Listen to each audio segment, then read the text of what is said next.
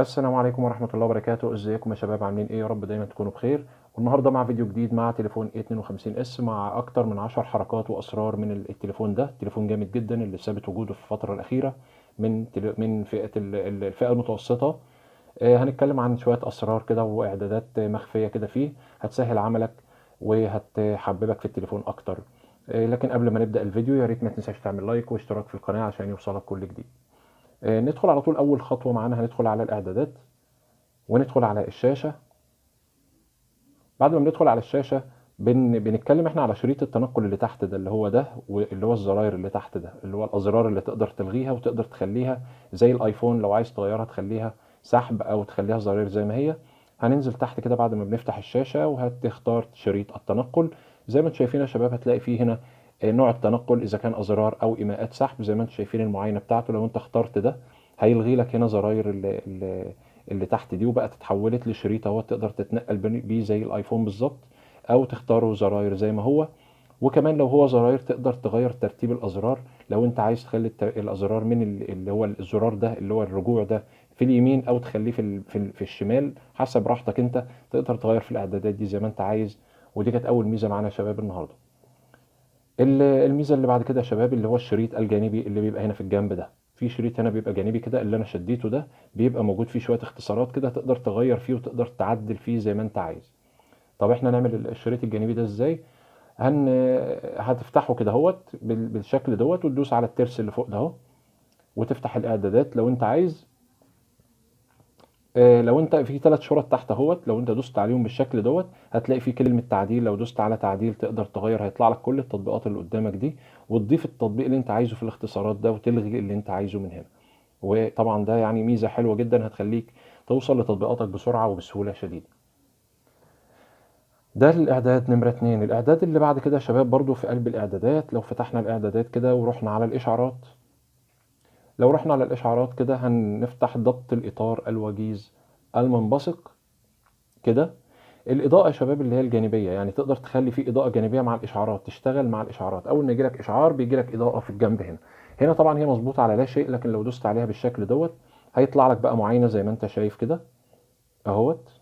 المعاينة دي لو أنت دوست على ده بيطلع لك شكل أهوت، الإشعار بيبقى شكله عامل إزاي وبالإضاءة اللي أنت عايزها أو الشكل اللي أنت عايزه. ممكن تخلي ده، تخلي الإشعار كده والإضاءة من الجنب، تقدر تخليه ضوء كشاف. طلع الاشعار كده بالشكل ده ويطلع لك فوق اهوت زي ما انتم شايفين الاضاءه بتلمع فوق اهيت، وتغير الشكل اللي انت عايزه كله. وكمان تقدر تغير في لون الاضاءه، يعني لو دوست على اللون ده تقدر تغير الالوان دي كلها. تختار اللون، هو مظبوط على تلقائي. تقدر تختار بقى اللون اللي انت عايزه زي ما انت شايف، بيديك اشعار اهوت او معاينه للشكل اللي هيبقى بيه لون الاشعار نفسه. في كمان خيارات متقدمة اهي يا شباب. المدة لو انت عايزها قصيرة، يعني يطلع الاشعار ويختفي بسرعة، ولا عايز تطول المدة تقدر تزودها انت بالشريط ده زي ما انت شايف كده. شوف يا شباب بيظهر ويفضل معاك الاشعار مدة معينة، او هتخليه قصير كده بحيث انه يطلع ويظهر على طول مفيش اي مشاكل. يعني خاصية جميلة جدا في الاشعارات اللي هي الوجيز الاطار الوجيز المنبثق ديت. وتقدر تغير بقى الالوان بتاعة الاطار او الاضاءة زي ما انا وريتكم دلوقتي. الاعداد اللي بعد كده يا شباب اللي هو برضو في الاشعارات، يعني هتخلينا برضو في قلب الاشعارات. ولو دوسنا عليها كده ونزلنا تحت على الضبط المتقدم هنلاقي في حاجه يا شباب اسمها سجل الاشعارات. سجل الاشعارات ده لو انت جالك اشعار وراح اختفى، او انت عملت يعني نزلت ستاره كده ومسحت الاشعارات الموجوده، لكن انت عايز تشوف الاشعارات اللي راحت منك بدون ما تفتحها. في عندك هنا سجل الاشعارات، لو دوست عليه هنا تخليه مفعل كده يا شباب زي ما انتم شايفين اهوت، بيدي لك سجل كامل للاشعارات. لو هو مش متفعل عندك بالشكل ده، لو عملت له ايقاف هو بيبقى عندك بالشكل ده، انت بتدوس عليه وتعمل له تفعيل. ده بالنسبه لسجل الاشعار حاجه مميزه جدا وجميله جدا، بحيث ان انت تشوف كل الاشعارات اللي فاتتك. ودي من اهم ميزات واجهه سامسونج الجديده. الاعداد اللي بعد كده يا شباب برضو معلش هيبقى في الاشعارات برضو عشان نكمل برضو في موضوع الاشعارات اهيت. هندوس على الضبط المتقدم، وبعد كده في حاجة اسمها الإشعارات العائمة. تقدر تخلي الإشعارات ديت يا شباب إنها تظهر لك الإشعار زي فقاعة كده، زي على شكل فقاعة أو عرض الإطار المنبثق الذكي. لو دوست على فقاعة كده هيطلع لك بالشكل اللي أنت شايفه ده. المعاينة دي لما بيجيلك إشعار بيقوم طالع قدامك على الشاشة دي. أو لو دوست على عرض الإطار المنبثق تقدر كمان تحدد التطبيقات اللي يشتغل معاها الاشعارات دي. يعني تقدر تحدد التطبيق لو انت فعلت تطبيق الرسائل، اي اشعار من الرسائل هيجي لك بالشكل اللي هو قدامك ده. ميزه جميله قوي الاشعارات العائمه دي يا جماعه. لو انت يعني حابب يعني تغير شكل تليفونك وتستفيد بالمميزات الموجوده في الواجهه الجديده. الاعداد اللي بعد كده يا شباب، في اعداد اللي هو برضو في نفس المكان في الاشعارات. في عندك هنا حاجه اسمها اللي هي اشعار الفلاش اهوت، موجود تحت اهو. لو دوست عليه كده بتختار ان انت لو جالك اي اشعار بينور فلاش الكاميرا اللي ورا ده اهوت. لو فعلت كده، بص يا شباب، هيطلع لك اي اشعار هينور الكاميرا دي. وكمان لو انت عايز تشغل اشعار الفلاش بتاع الشاشه، لو دوست عليه فعلته كده، هو طبعا متظبط على كل التطبيقات واللون بتاعه زي ما انت شايف. المعاينه اللي قدامكم ده يا شباب بيطلع قدامك هنا على الشاشه، وتقدر تحدد التطبيقات اللي يشتغل معاها الاعداد ده. حدد كل التطبيقات اللي انت عايزها وهيشتغل معاك الاشعارات اللي هي بالفلاش، او فلاش الكاميرا اللي هو اللي ورا ده. تقدر تخلي الاشعار اول ما يجي بينور الفلاش ده كمان، خصوصا لو انت عامل التليفون صامت او كده ومش واخد بالك منه، فده بينفع قوي في المواضيع اللي زي دي. تمام يا شباب. في كمان عندنا ميزة حلوة جدا في الاعدادات. بتنزل بالستارة كده وتروح على الفلاش اهوت. تقدر تدوس عليه باستمرار كده يا شباب. لو دوست عليه باستمرار كده، طبعا هو لو شغال معاك اهوت، هو طبعا نور اهو. تقدر تزود السطوع بتاعه على الشكل اللي انت عامله ده. هو طبعا تقدر تقلله، شوف يا شباب السطوع بيقل ازاي، وتقدر تعليه لاقصى درجة. لكن هو طبعا مظبوط على وضع افتراضي. لكن انت لو حابب في اي وقت تعلي اضاءة الكشاف، لو انت حاسس ان هو آه، يعني اضاءته انت مش عاجباك كده، او تقللها او تعليها، دي معاك اختيارات. طبعا ممكن تكون ما كنتش واخد بالك من الميزة دي قبل كده. الميزة اللي بعد كده يا شباب بقى ميزة حلوة جدا، اللي هي كلنا بنحتاجها طبعا، اللي هي ميزة إخفاء التطبيقات. إزاي تقدر تخفي التطبيقات بتاعتك من على جهازك؟ يعني وليكن تطبيق زي برنامج بنك مصر ده مثلا، أو أي تطبيق أنت عايز تخفيه، تطبيق مش عايز حد يشوفه، تقدر تخفيه إزاي؟ بالشكل اللي هوريهولك دلوقتي، بدون تطبيقات وبدون أي حاجة. هتضغط مع الاستمرار، يعني هتروح على الشاشة كده، أي مكان في الشاشة فاضي كده، تمام. وبعد كده هتفتح الضبط، وهتلاقي في حاجة هنا هو اسمها إخفاء التطبيقات. ميزة حلوة جدا موجودة. تقدر تحدد التطبيق اللي أنت عايزه، تدور على التطبيق اللي أنت عايزه، وتقدر تدوس عليه تحدده بالشكل ده. لو عايز مثلا تخفي الجيميل، أو معلش خلينا في تطبيق تاني وليكن متجر بلاي، أنا حددته خلاص أهوت يا شباب، وبعمل تم. لو خرجت بره مش هتلاقي التطبيق اللي هو المتجر بلاي، خلاص اختفى من مكانه زي ما انتم شايفين. لو عايز ارجعه هدوس طبعا على الشاشة زي ما قلنا، وندوس على الضبط وننزل على إخفاء التطبيقات.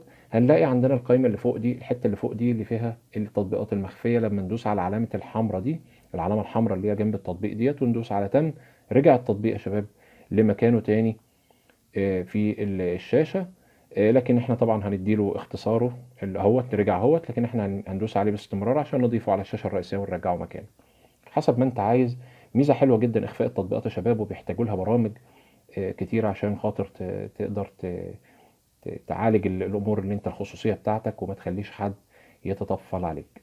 في ميزه كمان يا جماعه، اللي هي ميزه نسخ التطبيقات، اللي هي زي ما انتم شايفين قدامكم كده. في ناس علقت لي في فيديوهات قبل كده ازاي يقدروا يبقى ازاي ان انا عندي اكتر من تطبيق. طبعا الميزه دي موجوده في الواجهه الجديده بتاعت سامسونج والاندرويد عموما، اللي هي المرسل المزدوج. بنروح لها ازاي؟ بنفتح الضبط او الاعدادات، وبعد كده بننزل على ميزات متقدمه، الميزات المتقدمه.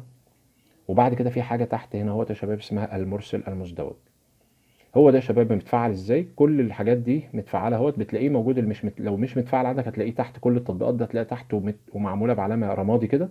كل اللي انت بتعمله بتدوس عليها بتفعله، هيقوم ناسخ تطبيق تاني وتدخل على حساب جديد غير الحساب الاساسي بتاعك اللي انت شغال بيه. تقدر تدخل على اكتر من حساب فيسبوك، واكتر من حساب ماسنجر، واكتر من حساب واتساب وتليجرام كمان.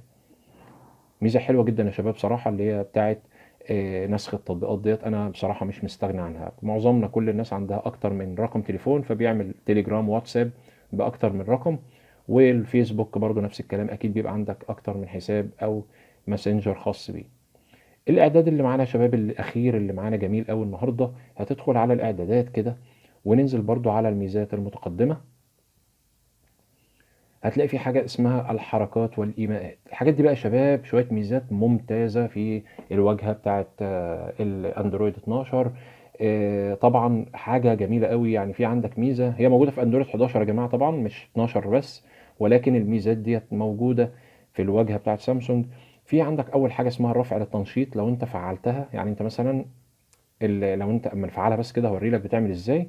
هنخرج بقى من التطبيق واطفي التليفون بتاعي كده واحطه كده. مجرد ما بحط التليفون كده يا شباب واجي ارفع التليفون هلاقي الشاشه نورت بالشكل ده. ميزه حلوه قوي. دي اللي هي اول حاجه اللي هي الرفع للتنشيط، مجرد ما بتحرك التليفون من مكانه لو هو مطفي الشاشه مطفيه بيقوم منور. في حاجه كمان لازم تفعلها برضو جميله او براحتك يعني حسب ما انت عايز، لكن لازم اقول لك على الميزه. ننقر نقر مزدوج على الشاشه لتشغيلها. يعني انت لو انت طافي الشاشه زي ما انت شايف الشاشه مطفيه، لو ضربت عليها مرتين كده الشاشه هتنور عشان تشوف الساعه كام، او تشوف التطبيقات بتاعتك، الاشعارات قصدي. لو مش عايزه ما تفعلوش. وبرضه ننقر نقر مزدوج للشاشه لو عايز تطفيها، يعني تقدر تنقر مرتين كده تفتحها وتنقر مرتين تطفيها. هنا الصفحه دي فيها شويه ميزات جميله قوي. يعني اعتقد ان انتوا هتعجبكم جدا ان شاء الله يا شباب يعني. والنهارده يعني هنكتفي عشان الفيديو ما يطولش مننا بشويه المميزات دولت. وان شاء الله نتقابل فيديو جديد مع ميزات اكتر في الواجهه الجديده بتاعت سامسونج وموبايل A52 اس الجميل قوي. وبشكركم، ونتقابل الفيديو الجاي ان شاء الله. شكرا، السلام عليكم ورحمه الله وبركاته.